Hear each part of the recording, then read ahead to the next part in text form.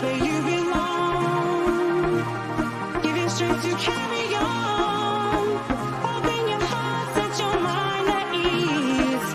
Live your life and you'll be free. We're gonna rise, rise, rise. Keep on rising, rise, rise, rise. Keep on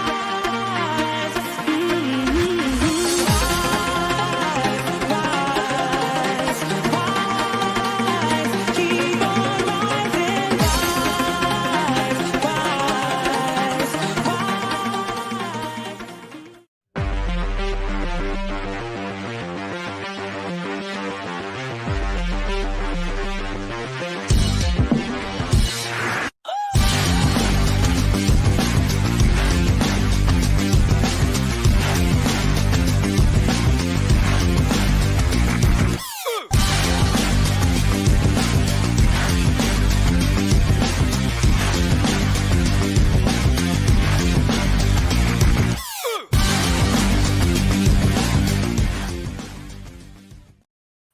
Good evening, everybody, and welcome to the Toon review for tonight's Manchester City 1, Newcastle United 0 match review.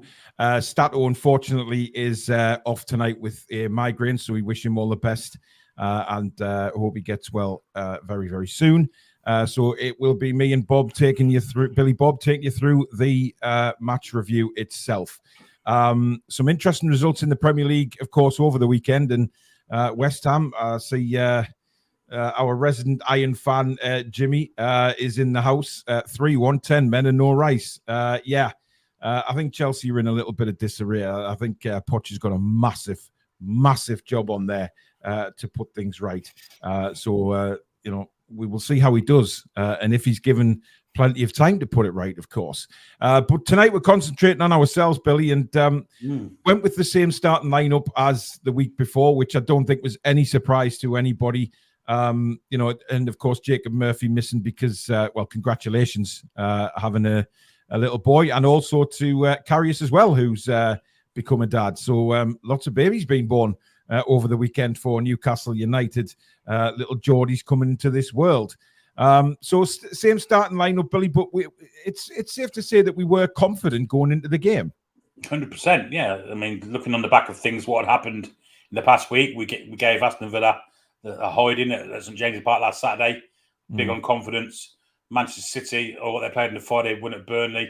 Then they had to fly to Athens, play a hard game against Sevilla.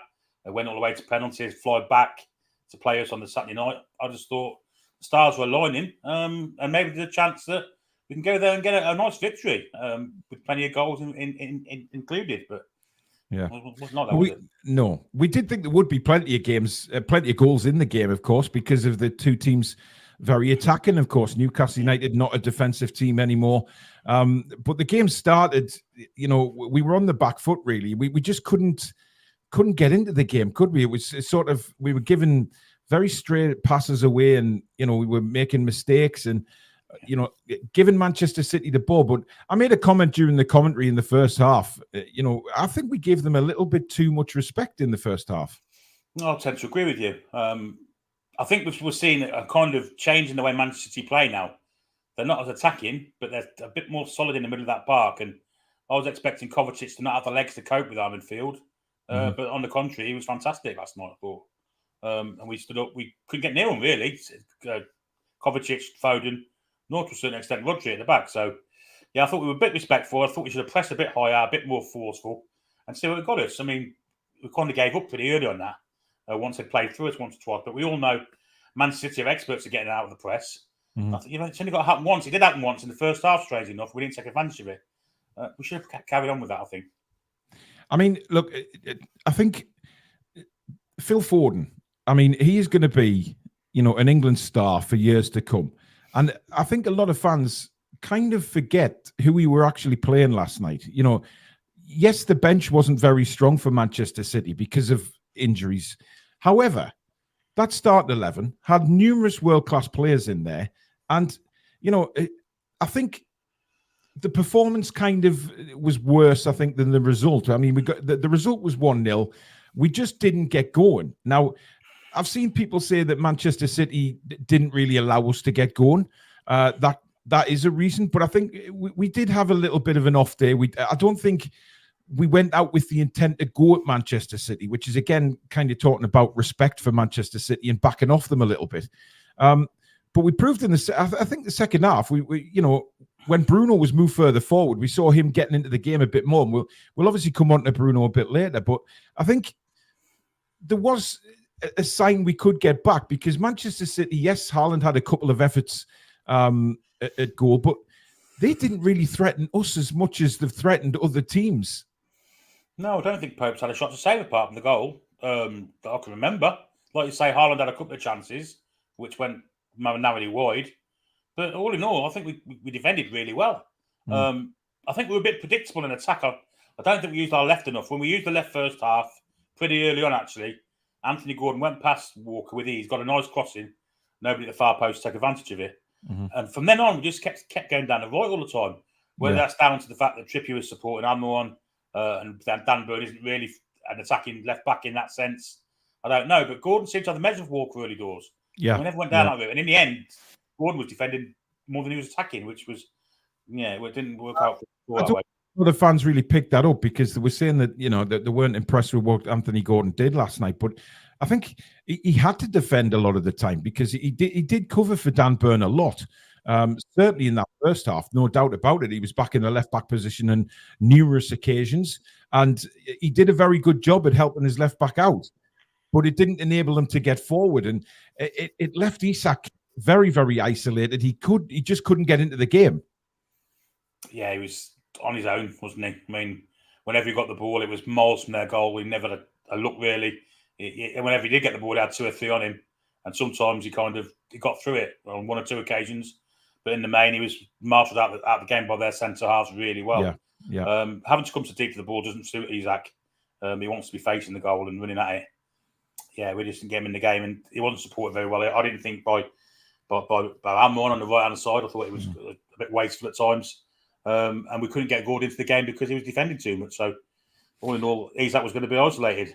Yeah. Now, I just need to point out here that me and Billy tonight are discussing what we watched last night. We're not hating on any players. We are just giving our opinions of who turned up, who didn't, things like that. It is not hating on players. So just need to get that out there. It's a match review, and we're reviewing what we saw on the pitch last night. Also, usual applies. If you do enjoy tonight's show, guys, don't forget to give it the thumbs up. Keep us up there in the YouTube search results. And also, if you are new to the channel and like what you see, please do hit that subscribe button, which is completely free to do so, and help us towards 23,000 subscribers. And also the notification bell, which will let you know when we go live or upload any future videos. You can also donate to the channel tonight if you do so wish by hitting the $sign just under the live chat. And that, of course, guarantees you getting your comment read out as well straight away. And, of course, you can become a member of the Toon Review by hitting the join button, which is just underneath me and Billy. Toon Gamer makes a good point. He says, early question. Last night, would you rather have played our normal game and lose, or played how we did last night and lose? Well, I think we mentioned it a few times last night, Billy, during the commentary, that certainly second half, we may as well go for it, lose 2 or 3-0 rather than 1-0. Give it a go. Try and put pressure on Manchester City's defence, but we didn't quite get there. No, we were just too respectful of them. And at times I thought we were a bit fearful of them being caught on a counter. Even from the boot of Edison, whose kind of long-range passing last night was phenomenal. He was hurting us from his own, his own box, which is ridiculous. Yeah. So we couldn't press that much, or didn't want to press that much because of that. Yeah, I just thought we should have gone. It's better to have died and knowed that you've tried without, we didn't try, I don't think, to really push them. And I think we're going to regret that. I think we will. I think we're regretting it today. I think we should have really gone for them. Lost 2 or 3-0. Who cares? Aaron says there, I feel Almiron was poor and needs a right foot. We've said that many times, of course. He did have an opportunity to go through. I think it was the second half, wasn't it? And if he just bombed past it, he could have beaten the defender for pace. We know Miggy's got good pace. But he just didn't want to go and shoot on his right foot. He cut inside and the move kind of died down. Those are the sort of occasions where you'd like to see Miggy just get his head down, go for it. And you know what? Even though he hasn't got a right foot, just have a blast with it. Just put it towards goal, because we know, put anything on goal, anything can happen and opportunities come through it. Well, we saw Anthony Gordon put a cross with his left foot last week. And what happened? Goal. Yeah. Left foot isn't his right foot, is his proper kicking foot, I should say, to avoid confusion. He's only got to do it once and put some doubt in the defender's mind. Even if he tries to go past him on the outside and fails, the defender's unwary. Is he going inside or outside? I mean, most of the time he's going to go inside, but he might not. And Puts that that element of doubt doubt, Yeah. a split second's all he needs, and he's off. Absolutely. I just feel he's just so predictable with coming inside. 99% of the time. Paul Tully makes a point of saying that we lost the midfield area. Defensively sound, attack was weak as a result of that midfield area. I mean, we mentioned that numerous times. I think that, Man City definitely won the midfield battle last night. There was no doubt about it. Rodri had a massive influence in the game, whether he was coming deep or he was getting the ball in midfield and pushing City on, which happened a lot of the time because we were sloppy. We gave the ball away a lot. Now, we made the point in the earlier video today about, Bruno and Tonali. They've not played much in pre-season and they're still getting used to each other's game. Now, when Bruno was moved further forward in the second half, it kind of, he had a more influential part of the game. But they are still getting used to each other. And Joe Linton as well. They're all getting used to playing together. All right, Bruno and Joe Linton know each other's games inside out. But when you put the addition in of Tonali, who's new to the Premier League, he's new to his surroundings. He's new to playing with these guys.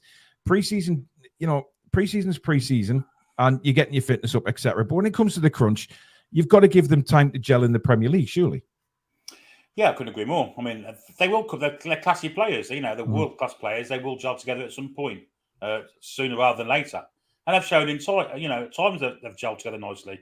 Yeah. The disappointing part of the midfield for me yesterday was Joe Linton. I thought he had an absolute shocker of a game. Games that he's liable to do now, very rarely. It's happened before, but he'll come back from it. In the end, he walked off injured, didn't he? On the back of a yellow card, which was I thought it was a good yellow card to take because if he hadn't done it, I think Mr. Gordon may have been in trouble.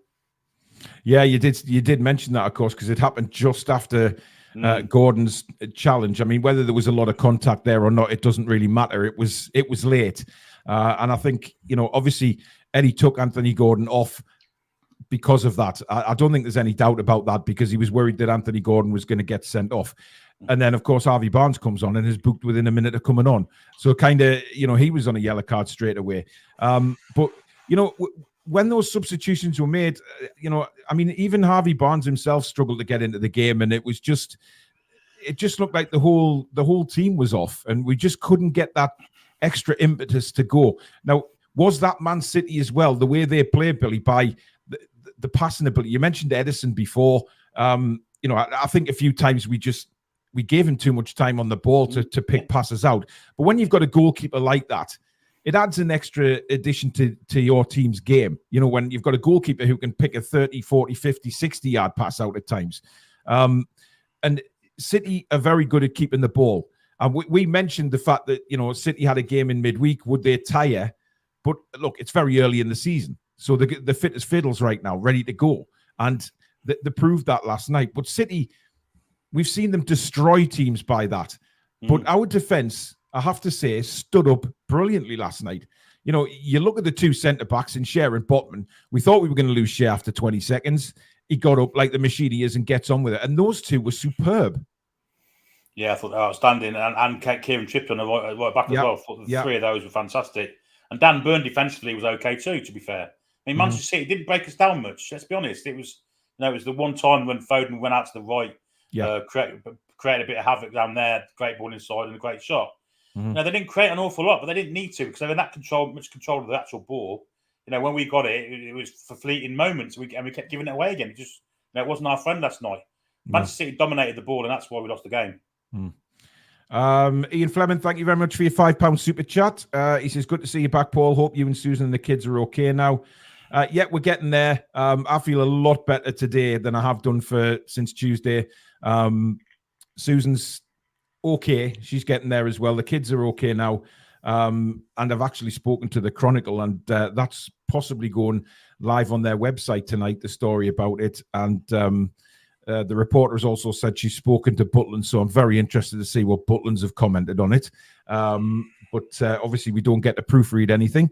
So it'll be hopefully online later tonight or tomorrow, and maybe in the paper during the week. So I'm very interested to see what Butland say. But thank you very much, Ian. We are getting there after pretty much a horrific week. It's fair to say, when we should have been enjoying a holiday, but unfortunately it wasn't to be. But those of you that don't know, we're heading back to the safari park, guys, in a couple, well, towards the end of the holidays. We're going down there for a few days, just to kind of make it up for the kids. So I am going to see my mate, the giraffe.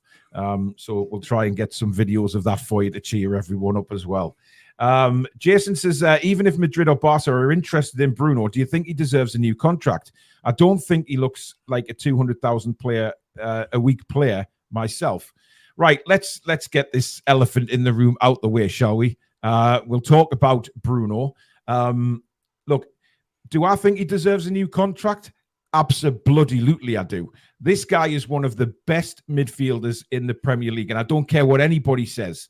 I know Abs, who is a long-time viewer of this channel, is very, very, very hell-bent on defending Bruno, and that is fair enough.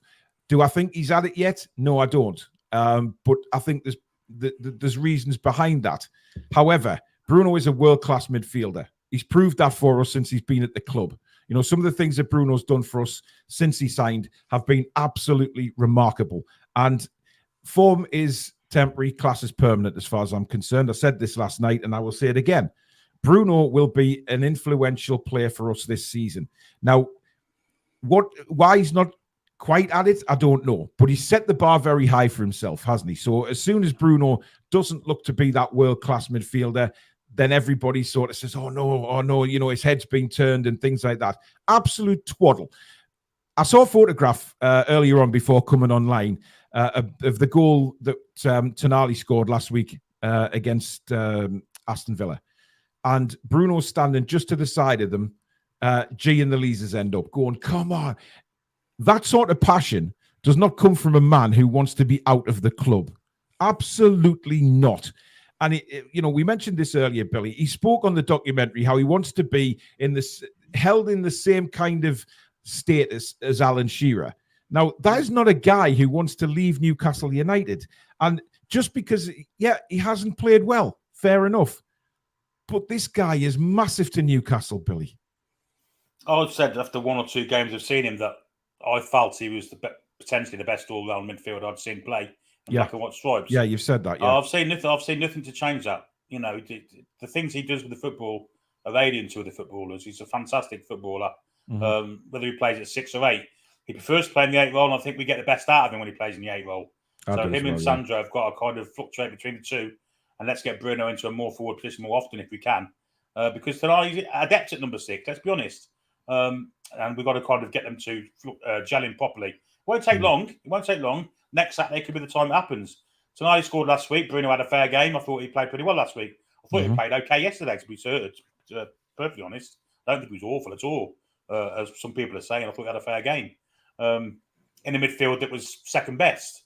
But to suggest that he wants out of the club when you see the joy in his face when we score a goal, when you see him talking about the city and the fans and how his father is treated by Newcastle United supporters. Come on, it's there's no hatred for the club from his view there. Absolutely not. You know, he wants to be with us for a while. Yeah, somebody had a dig at me earlier on saying, "Oh, you know, you had a hatred of VSM." No, I didn't. I didn't have a hatred of VSM. I was very critical of VSM at times because of what he could actually do, and we didn't see it enough. And that's fact. You know, that's not hating on anybody. That's just saying we didn't see the very best of Maxi. So, you know, I do, and I wish him well in his further career. But I wasn't hating on him. You know, you have to comment on what you see on the pitch. But to say, you know, Bruno wants out of the club, etc., is ridiculous. It really is, because nobody. You've seen on the documentary, those meetings that the hierarchy have at Newcastle United are very, very private. And nobody, sources from the club or anything like that, are going to come out and tell people what is going on behind the scenes. And I think, you know, the majority of people are very sensible to this and realize that that's not the case. You know, Bruno is one of the main spines of this football team. And Eddie Howe knows that as well. And you're right, Billy. It just takes a little bit of time to gel with Tonali. Tonali's still learning the Premier League, the pace of it all, and etc. Bruno, we've said for a while now, is he still carrying a little knock? Is he just, but it could be just that he's trying to get used to where Tonali is on the pitch and they just need to gel. That's all it is.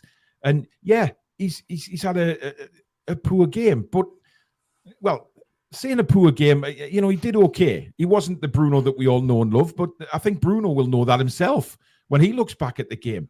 But Jesus, I mean, some of the comments I've seen about Bruno saying, "Oh, he can't pass properly, he can't shoot properly." He had one opportunity yesterday and he squiffed his shot. How many times have other players? Haaland squiffed a shot last night wide of the post. He didn't connect with it properly. So you're going to turn around and say that Haaland's he can't shoot properly? Come on. Bruno hit a wonderful shot last week against Villa that led to the first goal. Let's not forget that. So to say he can't shoot is absolute bollocks as well. And I just think some of I'm really starting to believe, Billy, that a lot of the fans that we see on social media now are these plastic ones that have just jumped on board since the takeover. They just think that we should be instantly top of the league. We should be winning trophies, etc., etc. When it's not like that at all. And they just want to jump on a scapegoat. It was Maxi, it was Shelvey, and now it's Bruno for some reason. Yeah, I couldn't agree more. You got to know the history of the club and of the player at the club. When Bruno came into the club, we were second from bottom of the league. In fact, when he signed, I believe. And with his help and with the help of one or two others and with the manager and how he set the team up, I think we were 75% certain of going down. We stayed up. Not only did we stay up, we finished 11th. And then from there, we went to 4th. Mm-hmm. And people are now criticising for losing to Man City. Come on, lads. We're not really Manchester United or Liverpool. We don't have to behave like their fans do when we lose.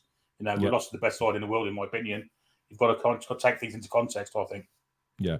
I mean, look, I've seen a comment just gone by there saying that Manchester City tired in the second half. Yeah, they did. But what Manchester City do when they tire is they keep the ball. Yeah, and keep the ball remarkably well. And there's not a team in Europe can touch them when they do that. And they proved that last season.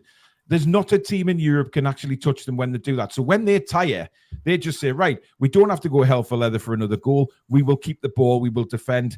And, when Manchester City defend, it means I'm not saying sit back and let the teams come onto them. I'm saying just keep the ball and pass it around and tire the opposition out. It was very frustrating for a lot of our guys. Steve Martin, thank you very much for a $1.99 super chat. He says Bruno is not going nowhere. David Smith, thank you for your $4.99 super chat. He says, great commentary last night from both of yous. We got beaten by a better team on the night. End of. Yeah, I mean, absolutely. Could we have been better? 100% we could have, but we weren't. But there's no need for the sheer panic. But I really like this comment from Shieldsy. Joe Linton and Gordon are really conscious of teams getting it burned on the counter. With quicker players like Hall, that will help. And from an attacking point of view as well. That is an excellent comment because we saw last night that especially Anthony Gordon, we've made a comment on it, did have to come back a few times and cover Dan Burn. Now, listen, I'm not going to sit here and have a go at Dan Burn. I've stated a million times that Dan Burn has done fabulous for us, right? Absolutely fantastic for us in that position. However, we need a proper quality left back. And I think a lot of the fans realize that. That's not getting down on Dan Burn. That's just stating the obvious. We said it in commentary last night, Billy. When Gordon had that ball, sometimes on the left-hand side, there was nobody bombing past him to play them in. Lewis Hall will do that. We've seen it for Chelsea, how he does that. He gets forward, but he's also a quality defender. And Shields right. They're very aware, these midfielders, of having to cover defenders sometimes. And Gordon did that a lot yesterday. He did, yeah, I agree. We have signed a left-back to do that. I mean, the left-back we've signed, of course, he's a jack of all trades and played in loads of positions, but left-back is the one he's kind of excelled at Chelsea. Mm-hmm. He does get him down that line all day, puts great crosses in. He's an attacking left-back who's sound in the tackle as well. And at times yesterday, I thought, like you say, even when Dan Burn had the ball and was passing to Gordon, he never put it in front of him. It was always behind him. And Anthony Gordon's have to take a step back and lose the momentum of his stride. And even if it does overlap, I mean, Kyle Walker would look at Dan Burn and think, what's he going to do with that? What's out there? Yeah. He's not likely to go to the byline and put a decent crossing. So, they're not worried about Dan Burn overlapping if he ever does it. I mean, look, we did have a couple of opportunities yesterday, from crosses. I mean, you talk about the Anthony Gordon one. I mean, how nobody ran onto that and expected a cross to come in after what he did last week. I would expect our front line to think, right, he's going to get the ball into the box here. Let's gamble on this. But unfortunately, Edison didn't really have a save to make apart from the Harvey Barnes shot in the second half, which you could see what Harvey was trying to do. And we know he's very, very good at doing that. Getting the ball, cutting in, curling it into the far corner. Just couldn't get the whip on it. And it ended up being a very comfortable save for Edison. But you know what? I'm not going to sit here and panic thinking, oh, God, we've lost to Manchester City 1-0. I seen a ridiculous comment on our video earlier on, Billy, that somebody said, oh, we can't beat City. I think we're in for a relegation battle this season.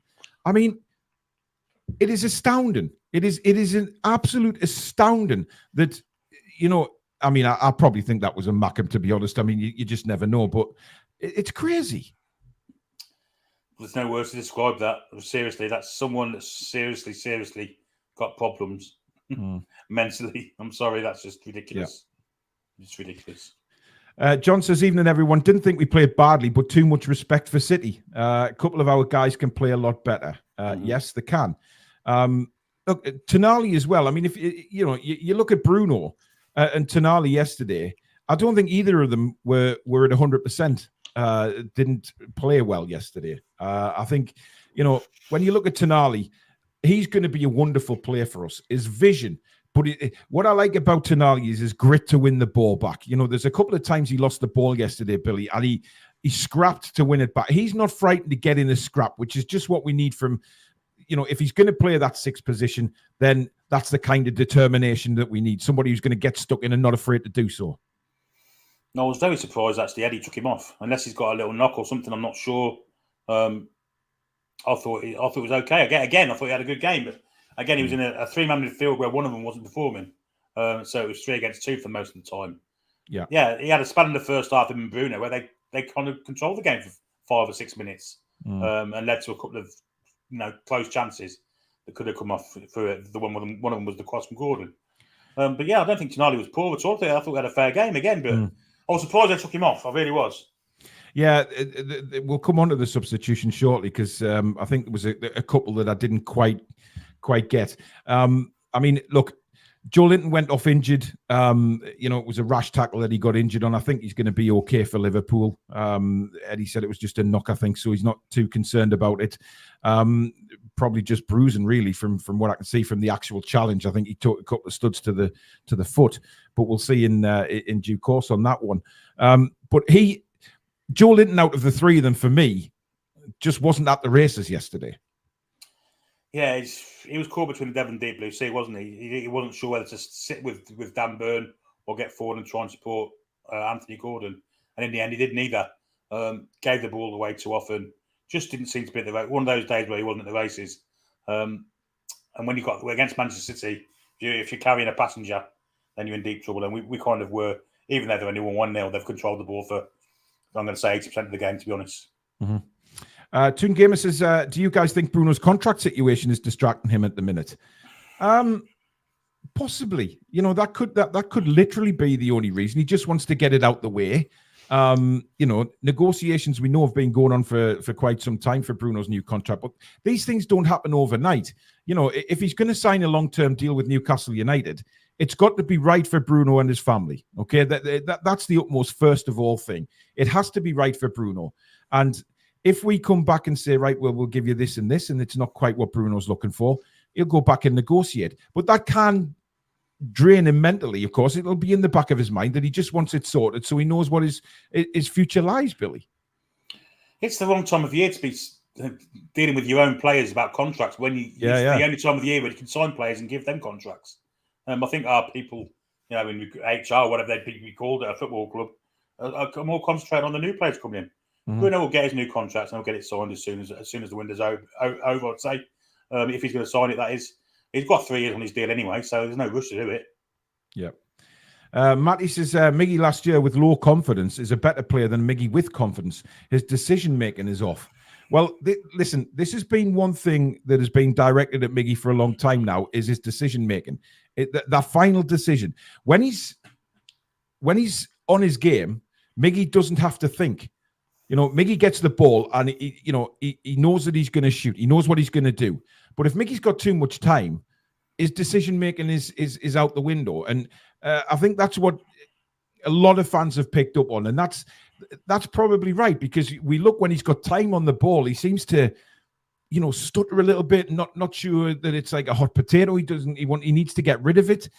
But when he's on fire, he just gets the ball and he's very direct. And that's what we need, Billy, is a direct Miggy, not a Miggy that's thinking too much about how much space he's got. Yeah, he had a couple of opportunities last night to drive for the box. On both occasions, he kind of lost all confidence of getting into the box, even with his pace, and turned back. And one of them, he squared it to Bruno way long before he should have. He could have gone into the box and squared it to Bruno to have a 10-yard shot. As it was, he squared it to him with his 20 yards out and he scuffed it. And Bruno's getting the criticism for that. I'll blame it's as much Miggy's fault as Bruno's. That is. It was just bad choice, no confidence in his game. People saying he's confident. I don't think he is. I don't think he is confident. I think against these bigger sides, like Manchester City, for instance. I mean, he scored against them at our place last year. Yesterday against a big centre half, and Stato said this before. When he goes up against a big centre half, he just tends to kind of go into his shell a little bit. And I thought he did that yesterday. Let's touch on Isak, Billy, because we mentioned numerous times that Isak, he couldn't get into the game first half. We didn't give him anything to chew on. But one thing that is a little bit frustrating sometimes when you look at Isak is sometimes he doesn't press when the opportunity is there to press. There was a few times in the first half he kind of just backed off Ederson, as we were talking about earlier, instead of getting in. And then the next minute he's banging on Ederson. He's in that sort of middle zone where you kind of 1 minute he does, next minute he doesn't. I don't think he should have come off yesterday, if I'm openly honest. What I would have done is I would have put Barnes on the right, and I would have took Miggy off and put Isak on the left and Callum through the middle.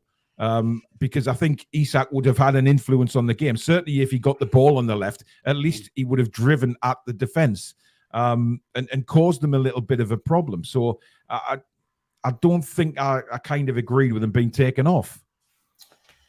Yeah, I tend to agree with that. He did it when he was in America, when he was kind of isolated, not in the game. He pushed him out left for 10 minutes. I think it might have been against Aston Villa. Or was it Chelsea? It might have been Chelsea. And when he did it, he came into the game and was fine again. And then he pushed him back inside and he was perfect again. He didn't give him a chance to do that yesterday. And I thought maybe it was respect of Kyle Walker, because Kyle Walker's such a fantastic defender. He didn't do it. But yeah, I'd give it a chance, definitely, without a doubt. Do you give Anderson a start next week, says Colorado Magpie? He seems to be our fittest midfielder, in my opinion. Listen, I think, yes, if Joe Linton is injured, I would start Anderson. There's no doubt about that in my mind. I thought Sean was poor when he came on yesterday. Gave the ball away a lot, just looked sloppy. But then again, he wasn't the only one, was he? The whole team was, sloppy on the ball. But I would start Anderson ahead of Sean any day, Billy, at the minute. Yeah, I'm going to criticise Eddie Howe here, but when Joe Linton had to come off, I would have placed like for like. I'd have gone with Anderson. Yeah. Against the point in changing two positions for one player, which he did. Anderson should be the one for me to come on for Joe Linton. And he brought Longstaff on, who, like you say, was rusty, just looked really out of sorts, if I'm honest. I'll criticise Eddie there, and it's not often I do that, but myself personally, I'd just change the one player for one position and give Anderson a half an hour at the game, which I think he deserves. Tom says, ridiculous the way people are reacting, RE Bruno, and the result. Unfortunately, there are some monumental bellends around. Yano says, same passion was shown by Paqueta today, but he would still go to City given half a chance.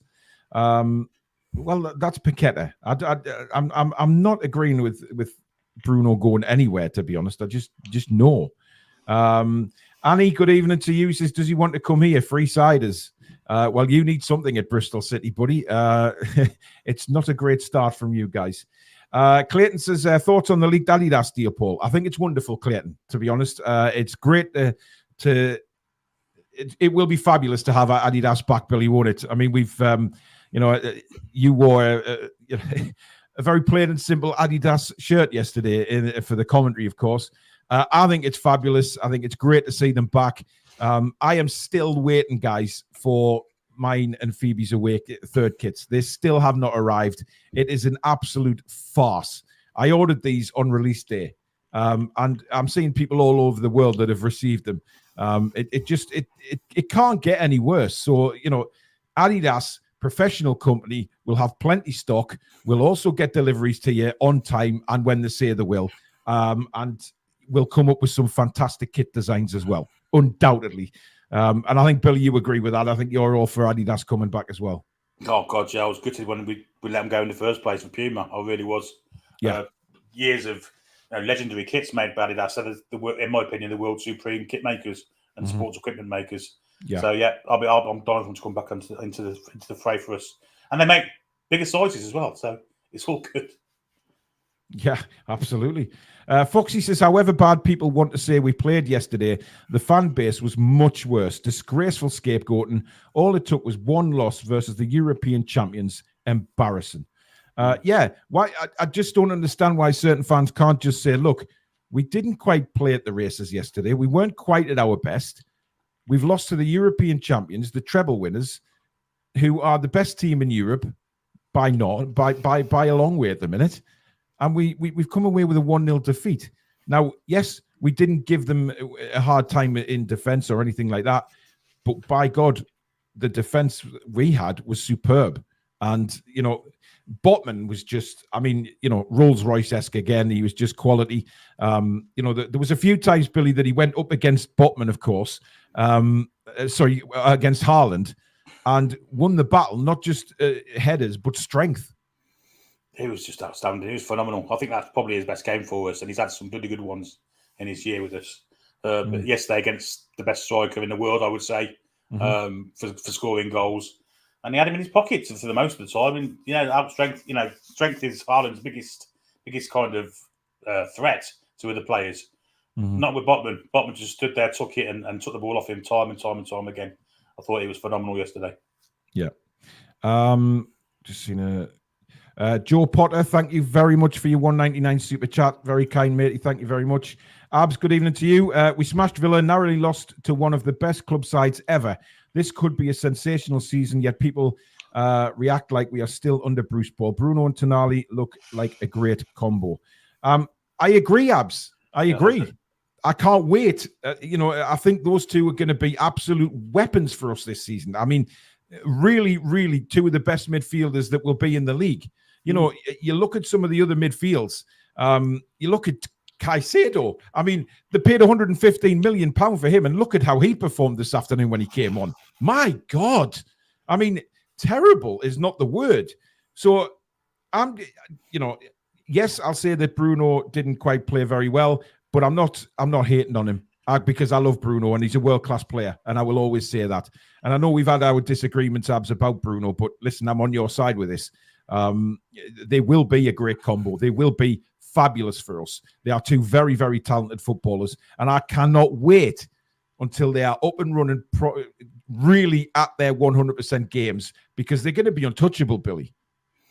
100%. They both got every quality you want. Both are defensively sound. Both have got a vast array of passing. Both have got enthusiasm and desire to get into the game as often as they can. They both want the ball often. There's nothing not to like there. We've seen goals from Bruno, which we were told not to expect, but we've seen them. We've seen great goals from Bruno, and we've seen them from Tonali also. Yeah. So, I think we need to get Tonali in the game more. I'd like to see him on set pieces a bit more. We haven't seen that yet. We had any set pieces, did we? No, there's a couple of comments just come in there saying, what do you reckon about Tonali on set pieces, free kicks and corners? I'd like to see them shared. I don't see why Kieran needs to take them all when Tonali's got absolute quality with his deliveries. We saw that during the summer playing for Italy's under-23s. We saw how good he was. Every ball that he, corner or free kick, he made the defenders really work to clear the ball because his precision was fabulous. And I think, we need to see that a little bit more. We need to see Tonali being given the opportunity, Billy. I don't think we had any corners yesterday, so it was kind of... No, we didn't have any corners, no. But, of course, Lewis Hall is another one that can take set pieces. He is indeed, did for Chelsea at 18 last season, albeit in a poor Chelsea side, but still an 18-year-old second, calling rank and second set pieces ahead of some world-class players. It says a lot about him. Absolutely. And by the way, just to mention, what a fantastic touch by Pep yesterday to go and applaud the Newcastle fans. I mean, this man is just genuinely quality. He genuinely is. He is absolute quality. He is, obviously he's learned from the best with Sir Bobby, and he's took a lot of Sir Bobby's principles on, I guess. But to go and applaud the Newcastle fans was genuinely a lovely thing to do. Do you know, Pep paid us the ultimate respect yesterday. Firstly, he didn't make a change. He was still wary of us getting back in the game at all times. Yeah.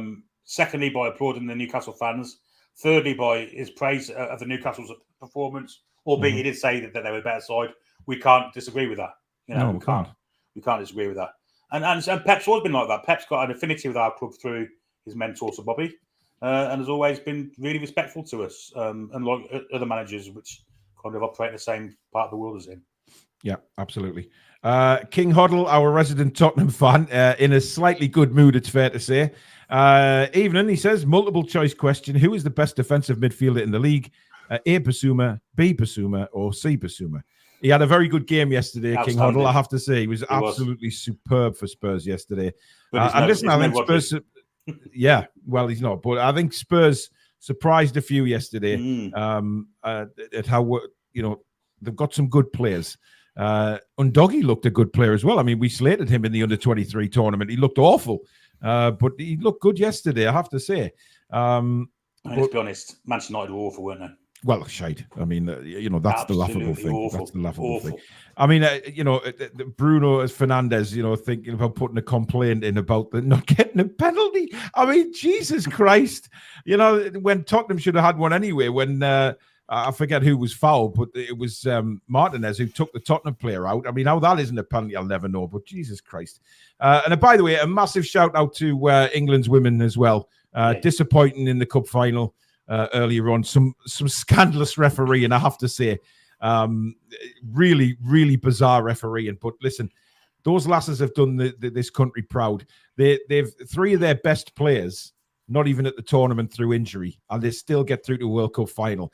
And I've seen a quote from Mary Earps, the goalkeeper, earlier on today, saying, when the dust settles down and we look back, we should look back and be very, very proud of what we've achieved to get to the World Cup final, missing three of our best players. We just couldn't get over the line.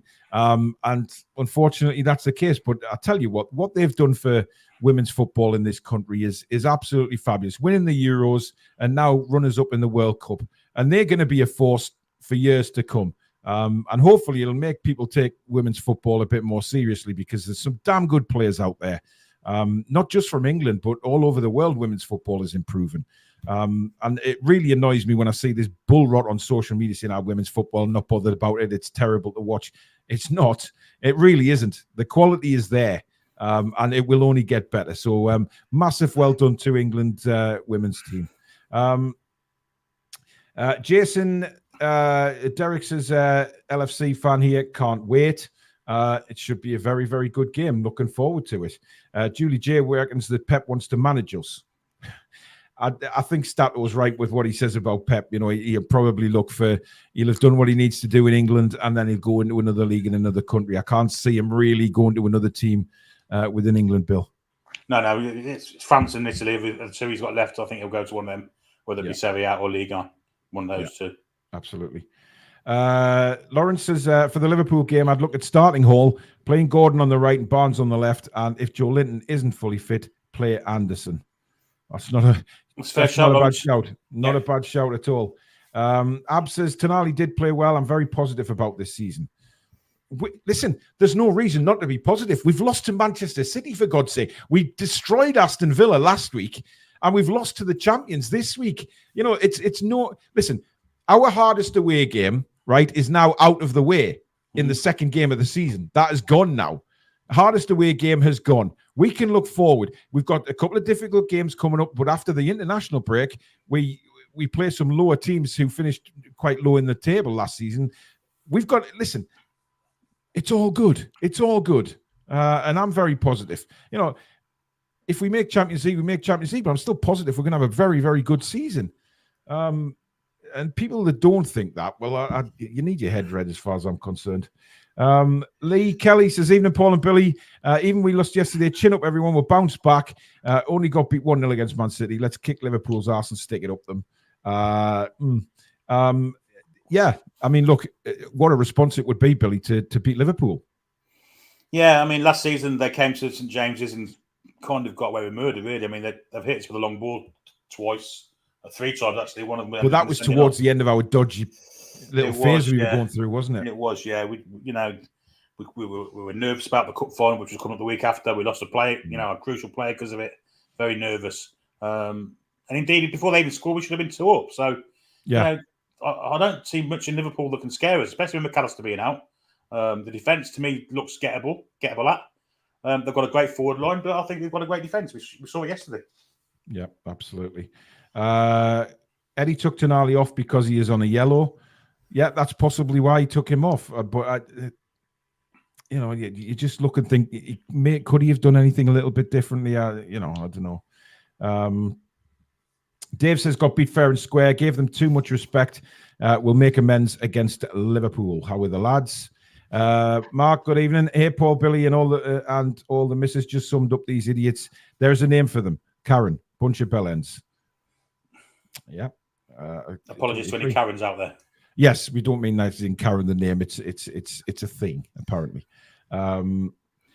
Abs says, I haven't seen any dip from Bruno over the last year. Well, okay, Abs. That's your opinion, of course.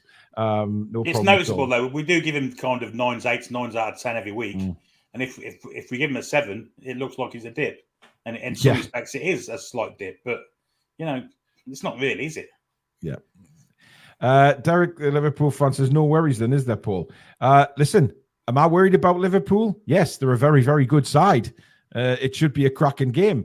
Do I think we can beat Liverpool? Yes. Do I think Liverpool can beat us? Yes. It should be a belting game. And if both teams are on their game, then it's going to be a hell of a match to watch, and I'm looking forward to it.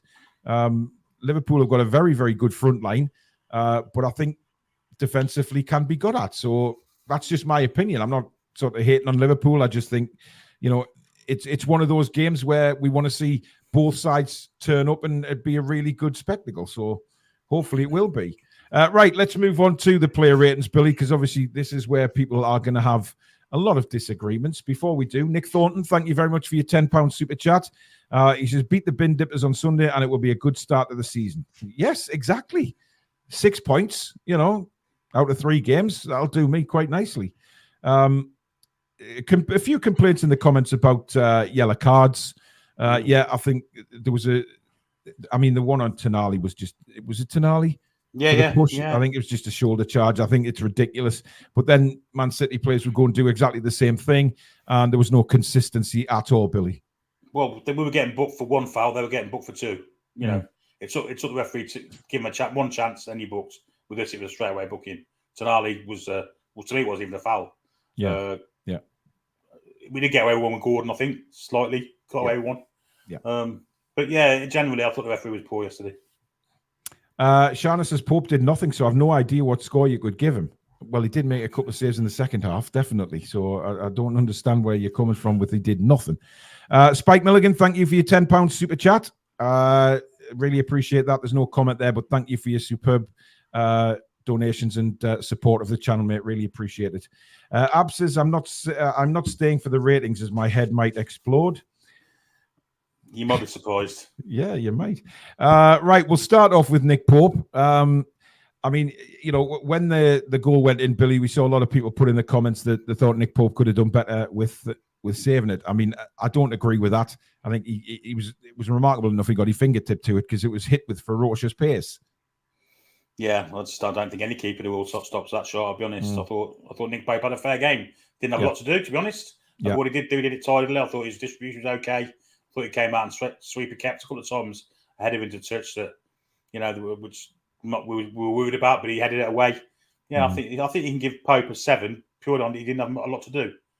Yeah, I'm going with a 7 as well. I think he made a couple of saves with his feet, didn't he, in the second half, which were really good saves. We know how good he is saving with his feet as well. He's a little bit like De Gea in that respect, isn't he? That, you know, De Gea in his prime was superb. You know, if he thought I can't get this with my hands, he'd use his feet, and he's really, really good at that. So definitely 7 from me as well. DJ Ellison, thank you for your $9.99 super chat. He says, evening lads. Hoped for more last night, not going to lie, but thought we were excellent defensively. Botman and Shea were epic. Shame the last action was missing, but we'll bounce back at home. Exactly. You know, it's just a shame. It wasn't our night. Let's move on and be great again. Because I tell you what now, all those people that are absolutely slating the players on social media, right? If we beat Liverpool next week, they'll be totally different. You know, they'll be world beaters again. The players are fabulous. We are massive, etc. From the people that have just absolutely hammered us.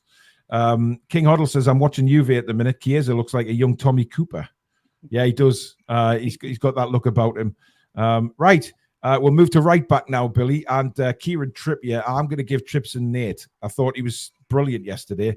I just think that, you know, his leadership on the pitch is magnificent, but he was brilliant yesterday. I can't complain at all about Kieran Trippier. Yeah, I agree. I don't think Jack Grealish ever went past him at all. You know, no. Jack Grealish was content to keep coming inside or go backwards. I thought he had a very good game. I thought he was very good in attack also. I thought it was hampered actually by the fellow in front of him. I thought yet again, and it's going to sound like I'm slagging Miggy off, but you know, I thought we delayed his pass at times. Justin Trippier got caught offside a couple of times because of it. Yeah, he did. 8 out of 10's a fair score for the captain.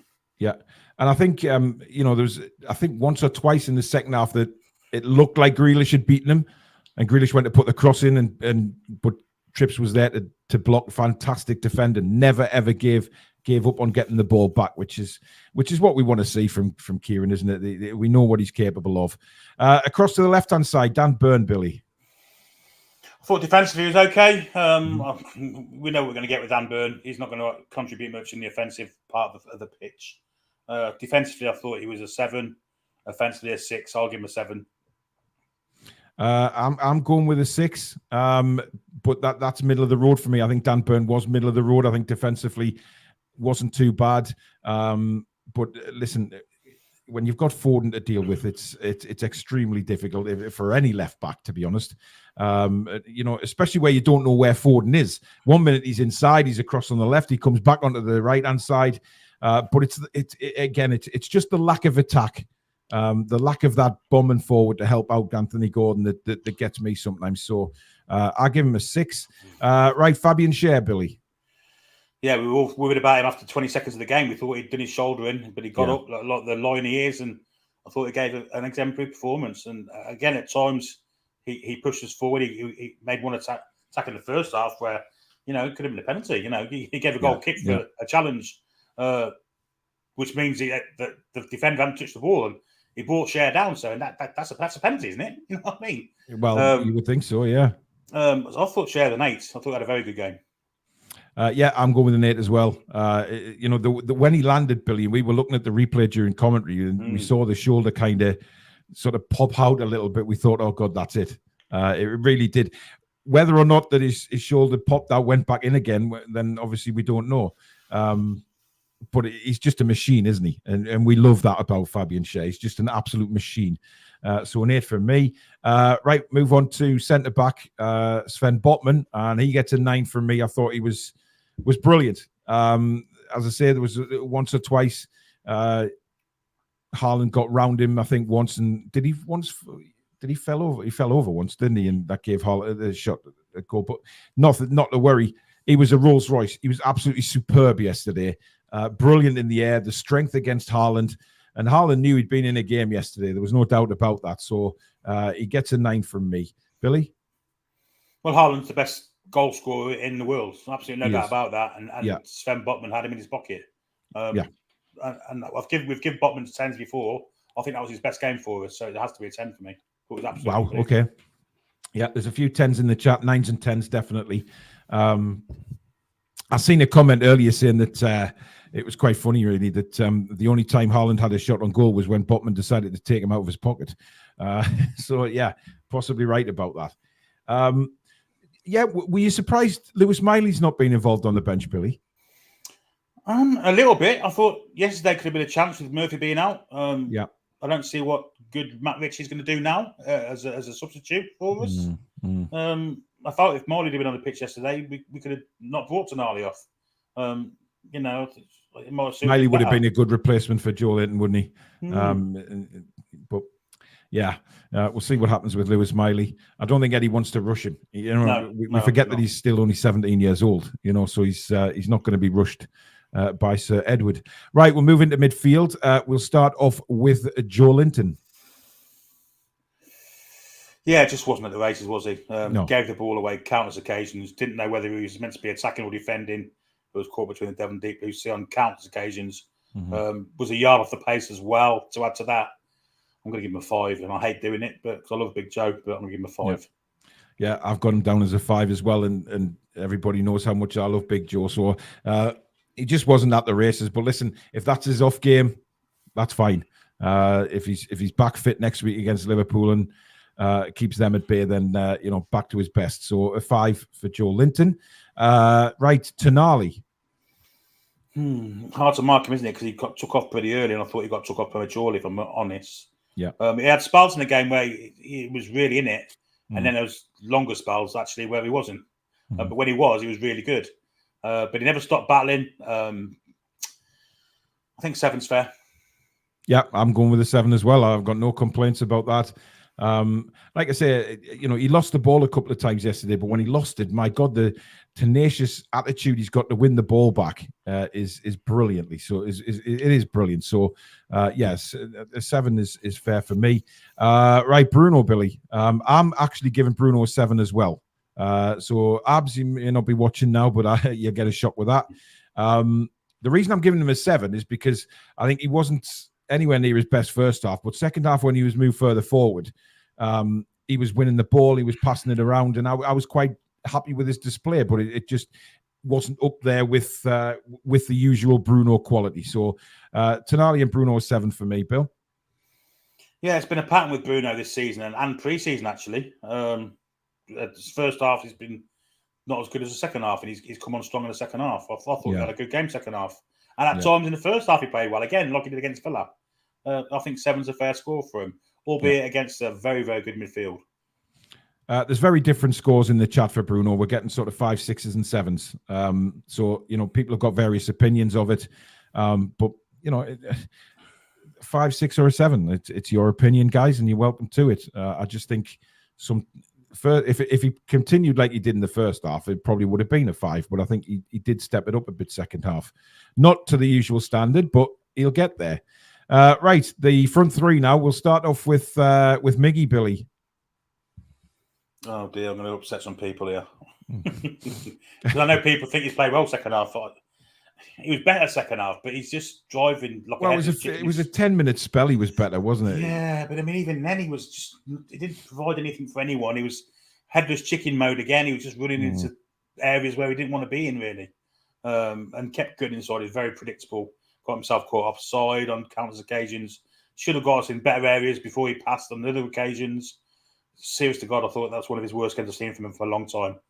I think 4's fair for him. I really do. Yeah, I've gone with a 4 as well, and I think the majority of the chat have gone with 4 and 5s. Stephen Harkis called him the Roadrunner and give him a 1. I think that's a little bit too harsh. But wow, Frank, you've got to be a Mackham. Bruno is overrated. I wouldn't give him any more money at all. I'd buy a better player, and he can be on the bench backup the way Longstaff is now. Yeah, okay. You sure you spelled your surname right there, Frank? Sure there shouldn't be an I instead of a U. Yeah. I agree. Miggy a 4, Billy. Right, onto the other side, Anthony Gordon. I'm going to give Gordon a 6. I was thinking a 7, but he didn't really create enough to get a 7. Yeah, I'm going with a 6. I liked his defensive work, but that's not where I want to see Anthony Gordon playing. I want him further up the field creating chances. Billy? I don't think we gave him the ball anywhere near enough. Because when we did give it him in an advanced position, he went past Walker with ease. And Walker was wary of him. And that's why basically they attacked Burnmore, made Gordon go back, pulled Joe Linton also. So I'm going to give him a 7. Okay. It would have been an 8 if he'd have been involved in the game more. And had he been involved in the game more, we may not have been talking about defeat here. That's how well he was playing, I thought. Yeah, true. Right into the middle, Isak. I mean, where do we go with Isak, Billy?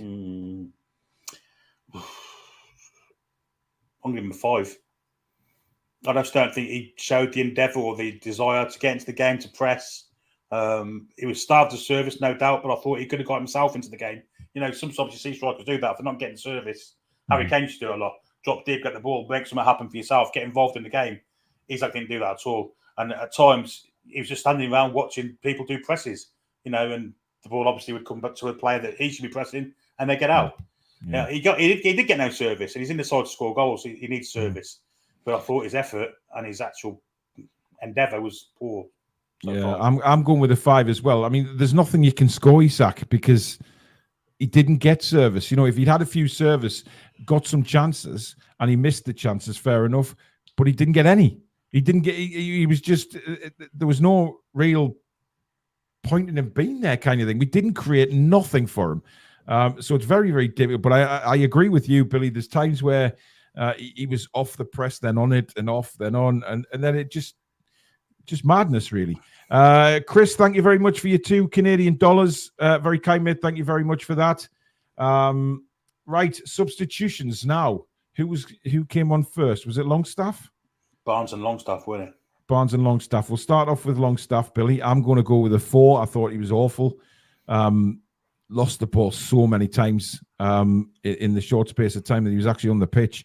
And I think that's why many people are saying, you know, if Joe's injured next week, then it has to be Anderson. But Longstaff was just non-existent. I just think he may be feeling the pressure of not being in the side anymore, knowing that the chances of him playing are kind of diminishing week on week, and the pressure of that is contributing to his poor performances. And he's been pretty poor in pre-season also. Yesterday, you want to see him running and getting amongst the Man City midfield. He didn't do that. And his passing at times was poor as well. So, yeah, I think 4's fair. And the thing is with Longstaff, you want him to do really well because he's one of us. You know, he's a Newcastle fan, and you want your own to do brilliantly. But nah, he wasn't at it yesterday. Harvey Barnes, I'm going with a 6 for Harvey. I think he did offer the only shot on goal that we had. It took him a while to get going in the game. I thought he was very quiet for the first 5-6 minutes that he was on the pitch. But did look his tenacious self when he tried cutting in a few times. So I'm going with a 6. Billy? No, I'm going to give him a 5. I thought the brains he showed when he came on the pitch. He was only on the pitch because Anthony Gordon was in danger of getting sent off. Yeah. Within a minute of him being on the pitch, he got himself a yellow card. Yeah. It was ridiculous. And he didn't look quick either. He looked like he was running in treacle half the time. You know, I don't know comparing Anthony Gordon. Most of the players did last night, to be honest. But we know Kyle Walker's quick, but Anthony Gordon was running past him. We thought that Barnes had a similar kind of turn of pace, but to me last night it didn't seem like that. One shot on target, which was okay. But yeah, apart from that, I thought it was pretty poor. Samsonite Dove says Barnes got hamstrung by the early yellow card. Yeah, but it was his own fault. It was a crazy decision. Tom says, I can't believe you're scoring Barnes so low. Tom, I'm not sure why we should be. What did he do? He got booked. That's about it. Yeah, and like Samsonite says there, it hamstrung him after that because you can't get stuck in as much as you normally would because you've got that thing in the back of your head that you're on a yellow. Right, who was next? Callum Wilson? Yeah, Wilson came on, didn't he? And Anderson. Yeah. And Anderson. With Anderson, I'm going to give a 7 because Anderson just looked like he's really itching to be in that starting lineup and itching to do something. Wilson, for me, I'm going to give him a 6.